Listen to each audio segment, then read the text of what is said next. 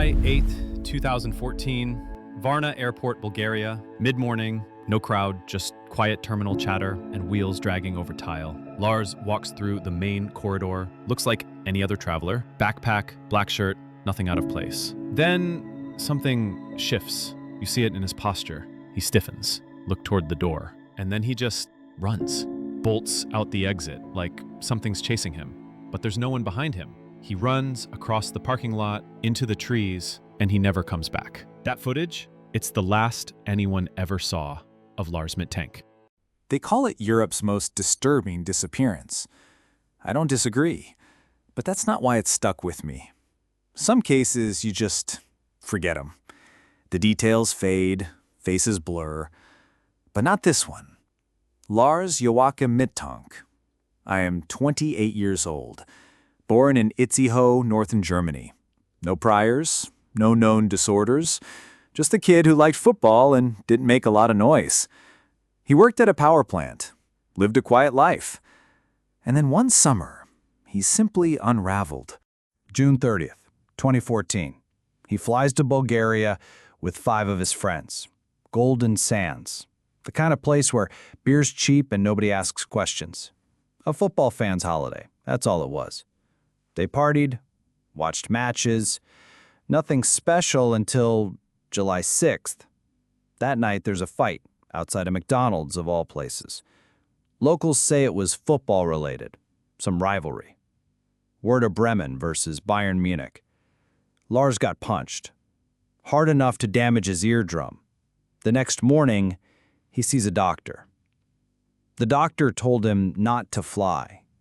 Said the cabin pressure could make things worse, maybe even permanent damage. So while his friends packed their bags and boarded a flight back to Germany, Lars stayed behind. No plan. No one was waiting for him. Just a ruptured ear and too much time to think. Still here? Then this one's getting to you too. Stick around, there's more. You know what to do.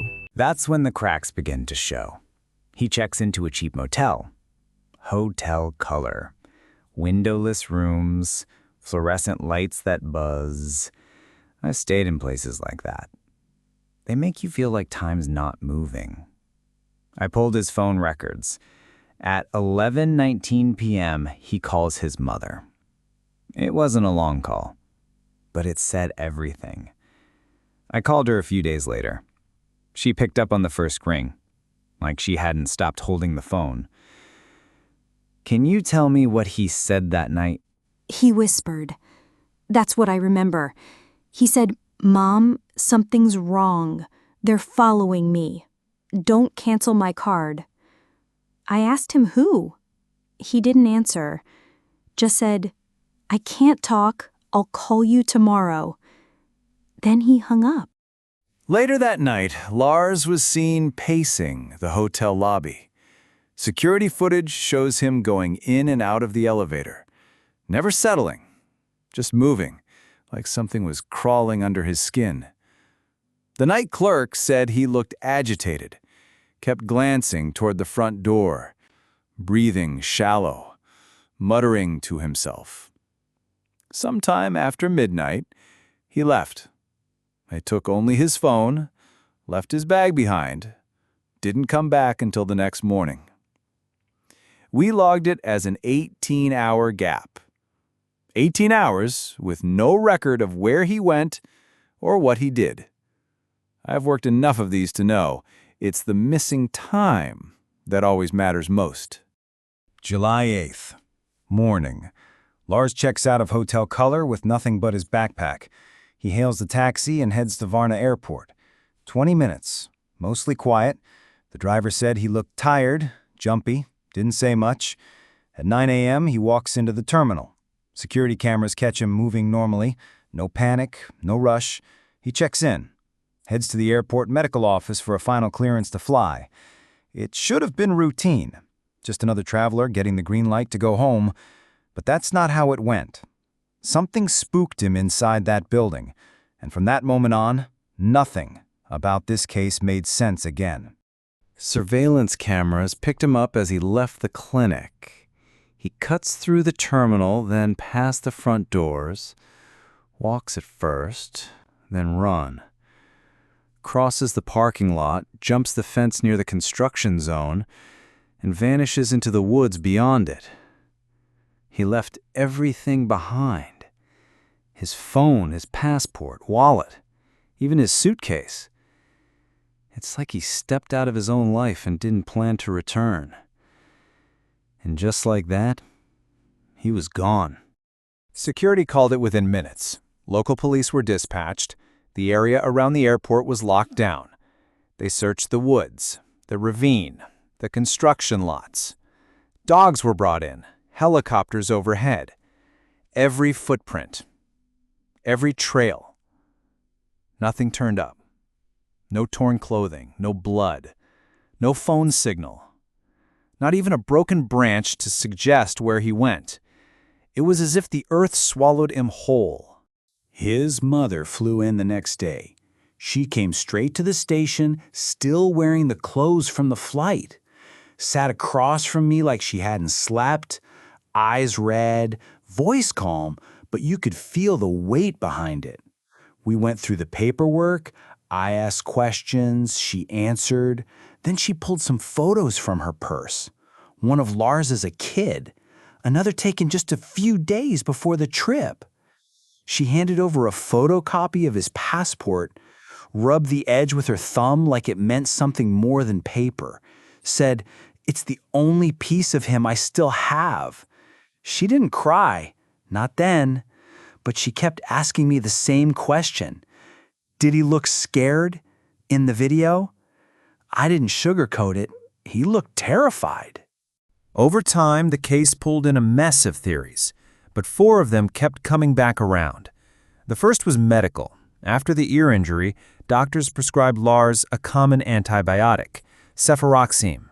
Some people handle it fine, others not so much. Paranoia, hallucinations, disorientation. It's rare, but I've seen it in action. One guy we picked up wandered halfway across the city barefoot, convinced he was being tracked by radio towers. Turned out it was the Mets. So yeah, it's possible.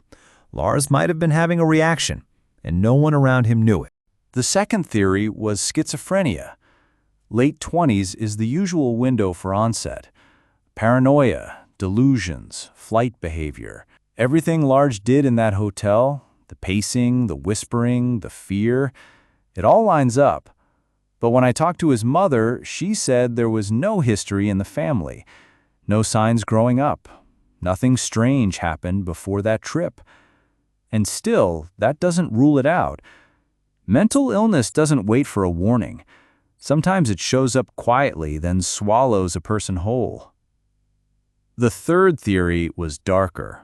Foul play. What if Lars wasn't paranoid? What if someone was following him? He told his mother they were, whispered it like he was being listened to. Did he get caught up in something out there? Smuggling, trafficking, debt? Golden Sands isn't exactly clean. Tourists disappear, money changes hands. It's easy to find trouble when you're alone and don't speak the language. If he saw something he wasn't supposed to, that would explain a lot.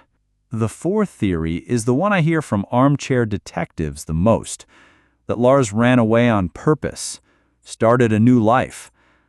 I've seen people fake their own deaths, disappear without a trace, sometimes for freedom, sometimes out of fear. But this case never felt like that. A few years after the disappearance, I tracked down the airport doctor who saw Lars that morning. Her name was Dr. Petkova. She was still working at the clinic. Same badge, same office, like nothing had changed. I stopped by unannounced, introducing myself, told her I'd been carrying this file longer than I liked. She didn't ask why I came, just offered me a seat. Do you remember him? Yes. He sat right there in front of me. Didn't say much at first, but his eyes, they weren't focused. Like he wasn't seeing the room. Like he was trying to watch something behind me. That kind of fear doesn't come from nothing. I've seen it before, and it's never a good sign. The internet got a hold of the case within weeks. The footage went viral. Comment sections turned into crime boards. YouTube videos, podcasts, theories, obsessions. Some said he was part of an organ trafficking ring. Others said he faked it all and was living under a new name in Canada. There was even a post from a guy who swore he saw Lars working at a fishing dock in Norway. It didn't go anywhere. Most of it didn't. The problem with cases like this?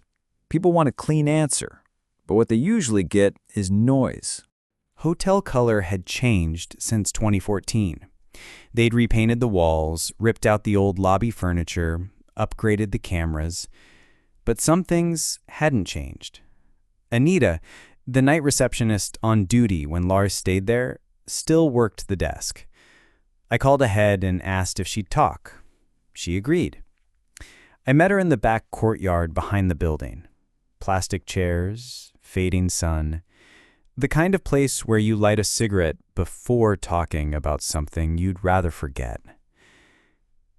Tell me about that night. When he came in, what did you notice? He looked over his shoulder before he even said a word.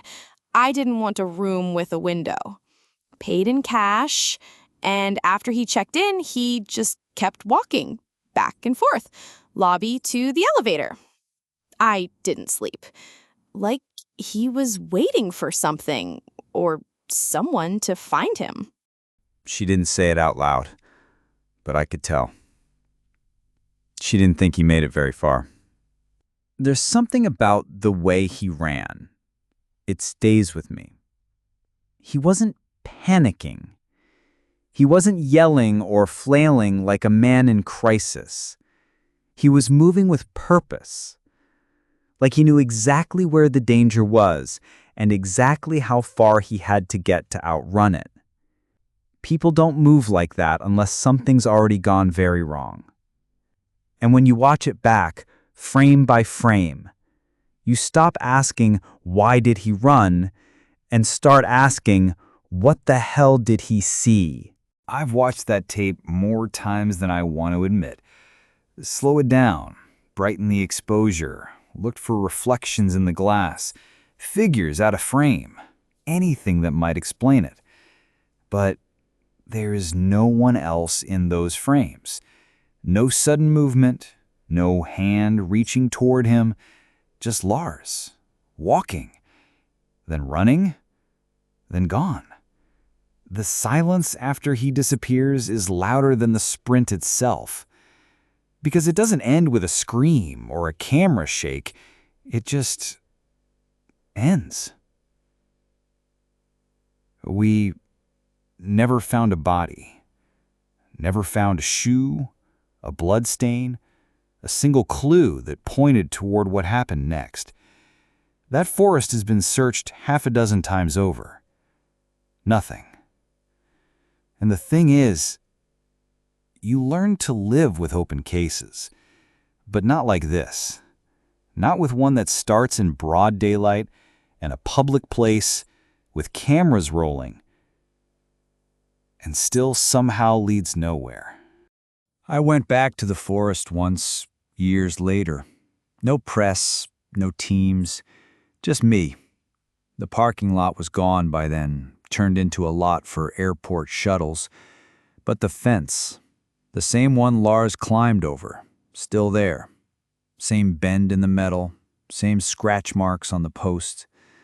I stood there for a long time, listening to the wind, the birds, the hum of the highway far off, and I kept thinking, if I could just step through that tree line, maybe I'd see him standing there, still running.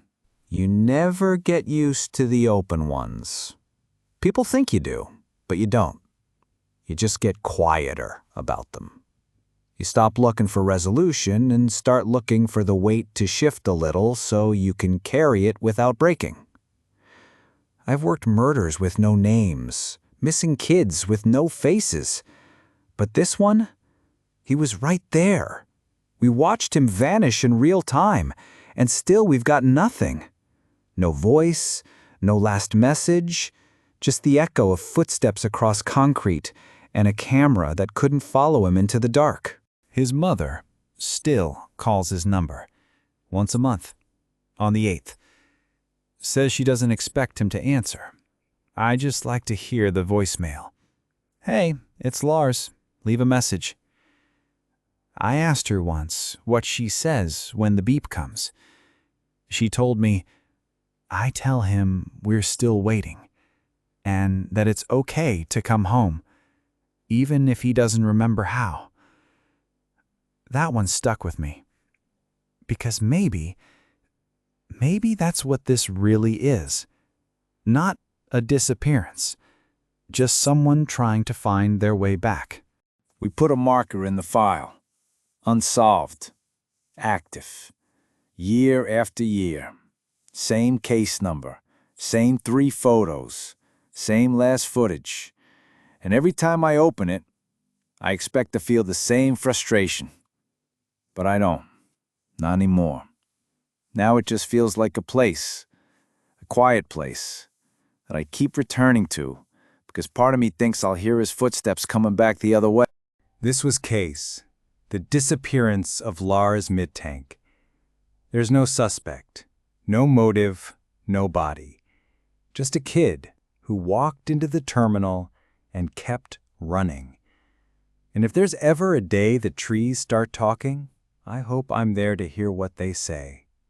Until then, I keep listening. I'm Detective VS, and I don't close cases. Not until the silence gives me something back. I went back to the forest once, years later. No press, no teams, just me. The parking lot was gone by then, turned into a lot for airport shuttles. But the fence, the same one Lars climbed over, still there. Same bend in the metal, same scratch marks on the post.